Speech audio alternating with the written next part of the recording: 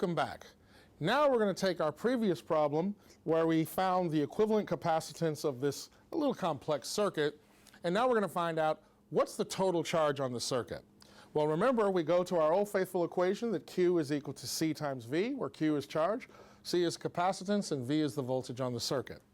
So, since we know that the capacitance on the total circuit, or the equivalent capacitance, is C11, the total charge on the circuit, which we'll call Q11, is equal to C11 times the voltage on the circuit. That was easy enough, wasn't it? So now we're going to look at working backwards. What if the problem asks, well, what's the charge on each of the capacitors?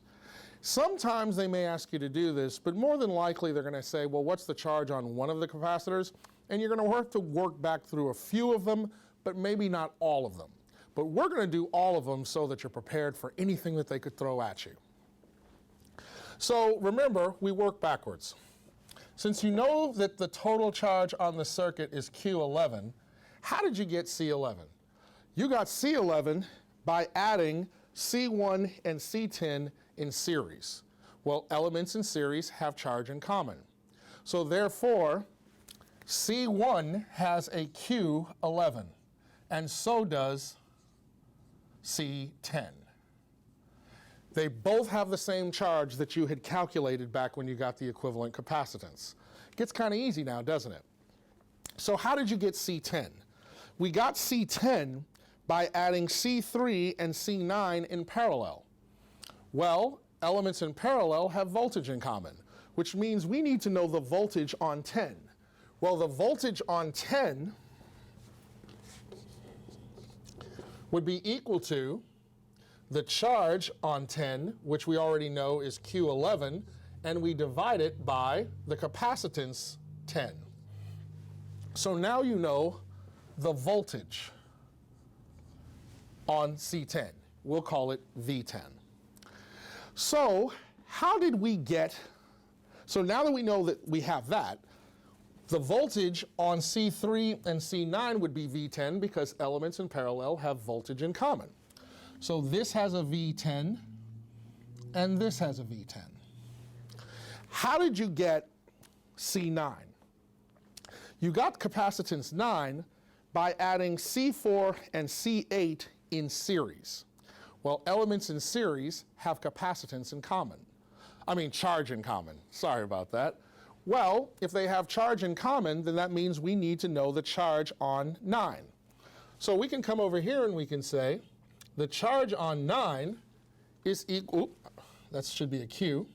The charge on 9 would be equal to the capacitance on 9 times the voltage on 9, which we know is V10. So now you know the charge on I just lost my place. Oh, we know the charge on 9. The charge on 9 is Q9. Yes, it's easy to lose track, so take your time so that you don't make any mistakes. But it's cool. We now know that the charge on 9 is Q9. Well, and if the charge on 9 is Q9, elements in series have charge in common, then that means C4 has a Q9 and C8 has a Q9. Because since these two elements are in series, they have charge in common. You got the charge for calculating what C9 was by saying that Q9 is equal to C9 times V9.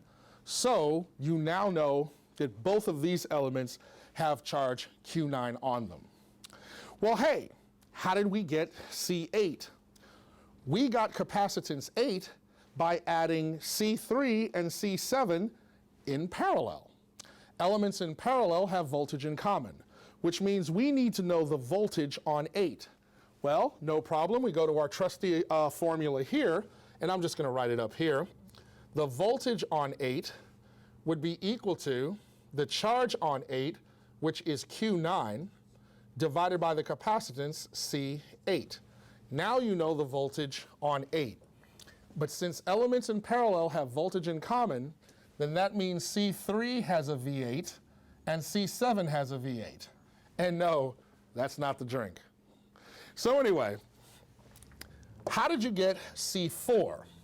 Well, C4 down here, it doesn't have to have anything else happen to it, so you already know the charge on 4, so the cool thing is some of these answers you get for free. You don't have to do anything to 4. So the last thing that we have to do is look and see how did we get C7. We got C7 by adding C5 and C3 in series. Elements in series have charge in common. So what that boils down to is we need to know the charge on C7. Well, the charge on C7 would be equal to the capacitance C7 times the voltage on 7, which we know is V8. Now you know the charge on 7, so therefore C6 has a Q7 on it, and so does C5. Why? Because elements in series have charge in common. Again, I reiterate, the reason I'm calling it V7 and 8 is so that you know where that charge or voltage came to. When you have your equations, next to it, go ahead and plug in your numbers if your problem actually started off with numbers. This just makes it a little bit simpler. Okay, so now we know the charge on C6, we know the charge on C7, we know the voltage on V8 and the capacitance V8, so then the charge on C3 would be equal to the capacitance C3 times the voltage V8. So now you know the charge on 3. Almost done. Oh, that was a charge. I wrote that as a C, but that should be a Q. So that should be Q3. That's the charge on 3. So C4 has a Q9, so you already have that one. We need to get the charge on C2. So C2, if we look back, how did we have C2? C2 is all the way back here, but I called it C3. Did I label that wrong? Oh, that's a C2, but I thought it was a 3. Okay, so let's just fix that. So the charge on C2 would simply be, Q2 would be equal to V10 times C2. So now you know the charge on Q2. And C1, we need to know the voltage on V1.